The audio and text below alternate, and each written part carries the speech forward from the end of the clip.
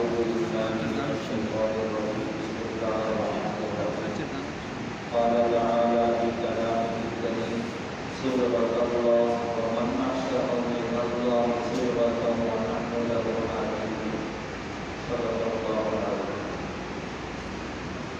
أما بعد گزشتہ درس میں عرض کیا تھا کہ اللہ رب العزت نے صحابہ کرام رضوان اللہ علیہم اجمعین کو اور ان کے ایمان کو معیار حق قرار دیا.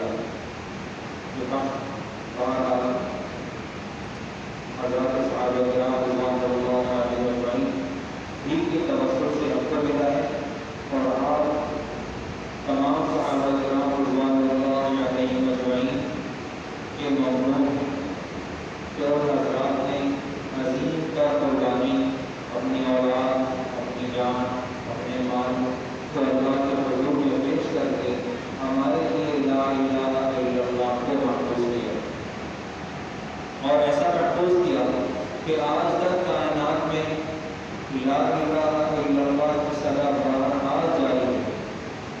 اور یہ حق ہے اس بات کا کہ پیارے پیغمبر صلی اللہ علیہ وسلم کی محنت کو وصول کرنے والے لوگ وہ صحابہ ہی تھے. وہ صحابہ کرام رضوان اللہ علیہ اجمعین ہی تھے جنہوں نے اپنی تمام تر قربانیاں ہمارے لیے ہی نہ دی بلکہ اپنی آخرت کے لیے بھی اپنے آپ ہی کو پیش کیا. اور اس حد تک گئے کہ اللہ رب العزت نے قرآن پاک میں صحابہ رضوان اللہ علیہ اجمعین کی کامیابی کا ذکر فرمایا. ارشاد فرمایا رضی اللہ عنہم ورضوا عنہ، اللہ سے راضی ہوا اور وہ اللہ سے راضی ہوئے. تو وہ کہتے تھے صرف اللہ راضی نہیں، اللہ پاک سے یہ بھی راضی ہے. اور بنیاد ڈالنے والے اللہ تعالیٰ توفیق عطا فرمائے کہ بنیاد ڈالنے والے، قربانی پیش کرنے والے وہ صحابہ ہیں. یہ وہ لوگ ہیں جن کا ماضی بھرپور طور پر کفر و شرک اور عناد سے بھرا پڑا تھا اور ایسا گندا ماضی تھا، ایسا تنگ و تاریک ماحول تھا کہ اس میں لا الہ الا اللہ کی صدا کو اپنے دور کو جگمگانے کے لیے بھی وقت لگا. لیکن جب یہ دور اپنی آبادات کے ساتھ روشن ہوا تو پیارے پیغمبر صلی اللہ علیہ وسلم کی نبوت کی روشنی کا حال ہم محسوس کرتے ہیں. آج بھی ہم نبی علیہ السلام کی محبت میں جان دینے کو تیار ہیں، لیکن اللہ سبحانہ و تعالیٰ نے اپنے حبیب صلی اللہ علیہ وسلم کے دست مبارک پر ہمیں قرآن پاک عطا فرمایا اور اس قرآن پاک میں ہمارا تذکرہ فرما دیا. کبھی کہا یا ایھا الناس، اے لوگوں، کبھی کہا یا ایھا الذین آمنوا، اے ایمان والو، کبھی کہا لقد انزلنا الیکم کتابا فیہ ذکرکم افلا تعقلون، ہم نے تمہاری طرف کتاب نازل کی ہے، اس میں تمہارا تذکرہ ہے، تمہیں عقل نہیں ہے. ہم نے کہا کہ اللہ تعالیٰ کو کہاں ڈھونڈنے کی ارشاد فرمایا فی انفسکم افلا تبصرون، اللہ تعالیٰ کو ڈھونڈنے کے لیے اپنے اندر میں ڈھونڈو. اور فی الارض آیات للموقنین، زمین کے اندر تو یقین کرنے والوں کے لیے نشانیاں ہیں، لیکن وہ فی انفسکم، اپنے اندر میں ڈھونڈو، اپنے اندر میں تلاش کرو کہاں ہے معبود ظاہر ہے کہ ہمارے اندر ہی بس رہا ہے. وہ کہتا ہے ورنحن اقرب الیہ من حبل الورید، ہم انسان سے شہرت سے زیادہ قریب ہیں، شہرت سے زیادہ قریب ہے. کہاں ہیں؟ قریب تر ہیں. اجیب دعوت الداعی اذا دعان، پکارنے والا جب پکارے ہم اس کی آواز کا جواب دیتے ہیں. کون کہہ رہا ہے؟ اللہ کہہ رہے ہیں. اور مقصد حیات جو ہمیں عطا کیا تھا وہ تو نہ ہی وما خلقت الجن والانس الا لیعبدون، میں نے تو زمین و آسمان کے بنانے والے جس کو پیدا کیا عبادت کے غرض سے پیدا کیا. وہ کیا تھا؟ وما خلقت الجن والانس، میں نے ان سب کو پیدا نہیں کیا الا لیعبدون، کہ میری عبادت کریں، مگر کہ میری عبادت کریں. اور کہا ما اريد منهم من رزق، میں ان سے رزق نہیں چاہتا. وما اريد ان يطعمون، میں یہ نہیں چاہتا مجھے کھلائیں. رزق تو ہم دیں گے. ان اللہ هو الرزاق ذو القوة المتین، رزق کا وعدہ تو پتہ رکھ لیں. لیکن افسوس ہم صرف پیٹ کے پجاری ہیں. صحابہ کے زمانے میں صحابہ رضوان اللہ علیہ اجمعین کی تاریخ اٹھا کر دیکھیں تو معلوم ہوگا کہ یہودی کے پاس ملازمت کی ہے، نوکری کی ہے 8 عدد کھجور پر، 8 عدد کھجور. ہمارا رمضان کا دسترخوان 8 سے زیادہ درجن کھجوروں کا حامل ہوتا ہے. ایک آدمی ملازمت کر رہا ہے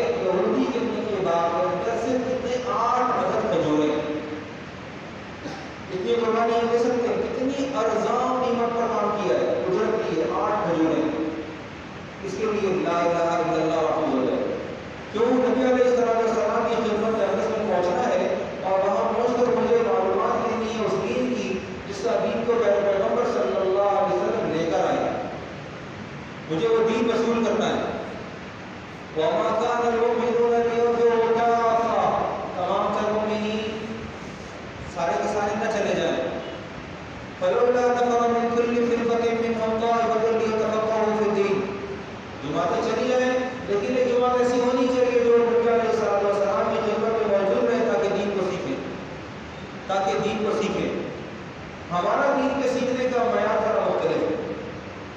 اب ہماری نگاہ باطل پر ہے، حق پر نہیں ہے، اور ہم جس چیز پہ کھڑے ہوئے ہیں أَلَمْ تَرَ إِلَى الَّذِينَ خَرَجُوا مِنْ دِيَارِهِمْ وَهُمْ أُلُوفٌ حَذَرَ الْمَوْتِ، ان لوگوں کو نہیں دیکھتے وہ لوگ ہزاروں کی تعداد میں تھے، اپنے شہروں سے باہر نکل گئے تھے، وَهُمْ أُلُوفٌ ہزاروں کی تعداد میں تھے، کیوں باہر نکلے؟ حَذَرَ الْمَوْتِ، موت کے خوف سے۔ اس وقت ہم اپنے دین پر اس لیے نہیں ہیں کہ ہمیں اگر موت نے آ لیا تو موت کس بات پر آئے گی؟ فقر فاقہ کا خوف ہے۔ ضرب اللہ مثلا قرية كانت آمنة مطمئنة يأتيها رزقها رغدا من كل مكان فكفرت بأنعم الله فأذاقها الله لباس الجوع والخوف بما كانوا يصنعون۔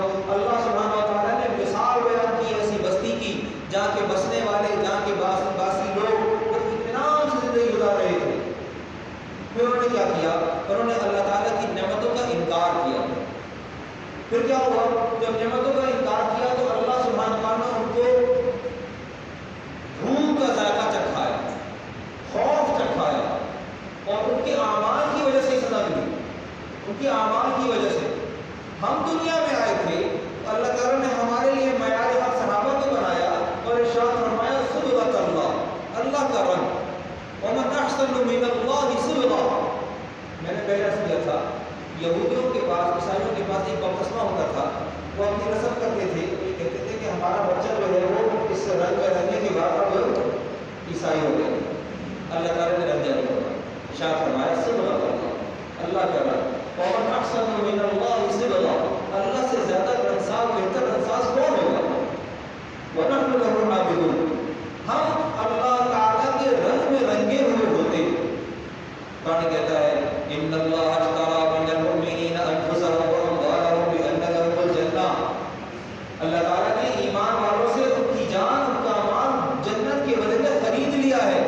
ہم تو بکا ہوا مال ہیں، بکے ہوئے سودے کے اوپر سودا ہوتا ہے۔ ایک مکان پہ بیچ دو اور دوسرا آدمی بڑی آفر لے کر آ جائے تو میرے لیے جائز نہیں ہے کہ میں اس مکان کو دوبارہ بیچوں، نہ تو خریدار چھوڑے گا، پہلے والا خریدار چھوڑے گا، اور نہ ہی مجھے بیچنے کی اجازت ہے۔ ہم تو بکے ہوئے لوگ ہیں، کہ ہمارے دلوں کے پلاٹ بکے ہوئے ہیں، اس کا خریدار اللہ ہے، خریدار اللہ ہے، اور وہ کہہ رہا ہے ومن احسن من اللہ صبغہ، اللہ سے زیادہ انصاف، بہترین انصاف کون ہوگا؟ وہ ذات جس نے خود کہا فطرت اللہ التی فطر الناس علیہا، اللہ کی فطرت، اس پر اللہ نے لوگوں کو پیدا کیا۔ اللہ کی فطرت وہ کیا ہے؟ وہ کیا ہے؟ وہ کیا ہے؟ وہ حیا ہے، وہ عزت ہے، وہ پاکدامنی ہے، وہ عبادت سے عبارت ہے۔ اس کو خود کو عبادت کی حاجت نہیں ہے، ہم اس کے محتاج ہیں، ہمیں اللہ کی ضرورت ہے، ہمیں اللہ کی ضرورت ہے، ہمیں ہر گھڑی میں اللہ کی ضرورت ہے۔ ہم تکالیف میں آ جاتے ہیں، قرآن کہتا ہے وَإِذَا مَسَّ النَّاسَ ضُرٌّ دَعَوْا رَبَّهُمْ دَعَانَا وَإِذَا مَسَّ النَّاسَ ضُرٌّ دَعَانَا، جب انسان کو تکلیف پہنچتی ہے تو ہمیں پکارتا ہے، اور پھر کیا ہوتا ہے؟ جب اس کی تکلیف اس سے گزر جاتی ہے فَلَمَّا كَشَفْنَا عَنْهُ ضُرَّهُ مَرَّ كَأَن لَّمْ يَدْعُنَا إِلَىٰ ضُرٍّ مَسَّهُ، جب اس سے اس کی تکلیف گزر جاتی ہے تو وہ بھی ایسے ہی گزر جاتا ہے جیسے اس کو تکلیف پہنچی ہی نہیں تھی، تکلیف پہنچی ہی نہیں تھی، وہ اللہ کو بھول جاتا ہے۔ حدیث میں آتا ہے پیارے پیغمبر صلی اللہ علیہ وسلم نے ارشاد فرمایا اس کا مفہوم ہے کہ اللہ تعالیٰ سے اتنا مانگو کہ جوتے کا دستور ٹوٹ جائے، وہ کتنا سے مانگو۔ ہم کہاں کے سائے ہیں؟ ہماری نگاہ پہلے اپنی مادیت پر ہے، پہلے اپنی مادیت پر ہے۔ مسلمان اس وقت اپنے بچوں کی تربیت اس بنیاد پر کرتا ہے کہ اگر کہ ہم مر گئے تو ہمارے بعد ان کا کیا ہوگا؟ ان کو معاش کے اعتبار سے مضبوط ہونے کے لیے اچھی تعلیم کی ضرورت ہے۔ 100% صحیح بات، ضرورت ہے، واقعتاً ضرورت ہے، لیکن ایسی تعلیم جو حیاسوز ہو، ایسی تعلیم جو اللہ کے دین سے دور کر دے۔ نبی علیہ السلام نے جو معیار قرار دیا وہ کیا تھا؟ ترکت فیکم امرین، تمہارے درمیان میں 2 چیزیں چھوڑے جا رہا ہوں، لن تضلوا ما تمسکتم بہما، تم اس وقت تک گمراہ نہیں ہوگے جب تک کہ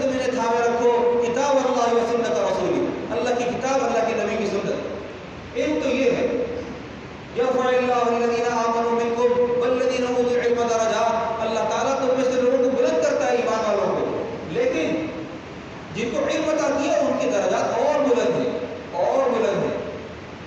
ہمارے گھر ویران ہو گئے ہیں، قرآن کی نعمت سے ہمارے گھر ویران ہو گئے ہیں.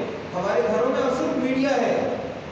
آسمان والوں کے لیے وہ گھر جس میں قرآن پڑھا جاتا ہے، جس میں اللہ کا کلام پڑھا جاتا ہے، وہ گھر آسمان والوں کے لیے ایسا ہے جیسے ستارے، چمکتے ستارے.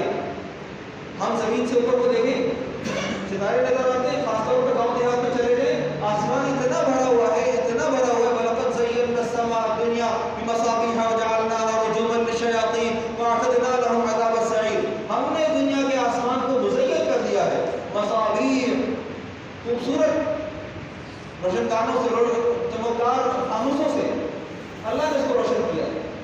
اور یہ ہمارے لیے، ہمارا گھر اگر اللہ تعالیٰ کی آسمان والوں کے لیے روشن ہو، چمک رہا ہو، آسمان سے لوگ دیکھیں.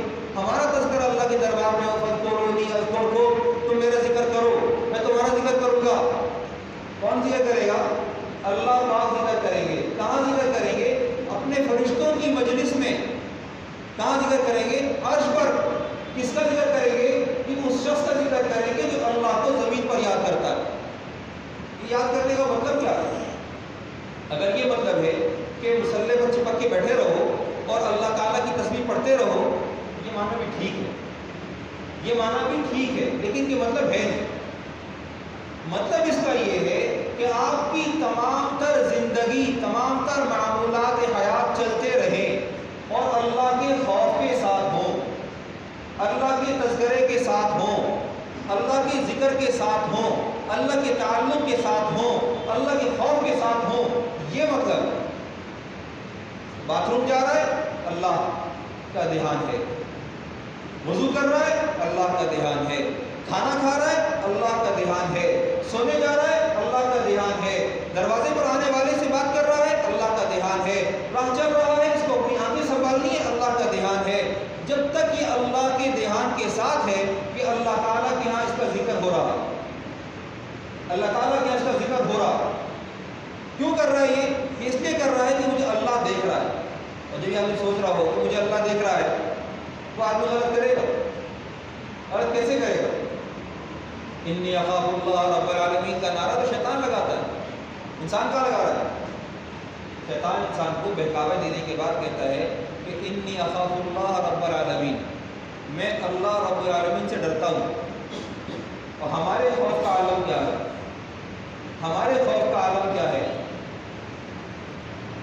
میں آج صبح تلاوت کر رہا تھا سورہ عنکبوت کی تیسری آیت، ام حسب الذین یعملون السیئات ان یسبقونا.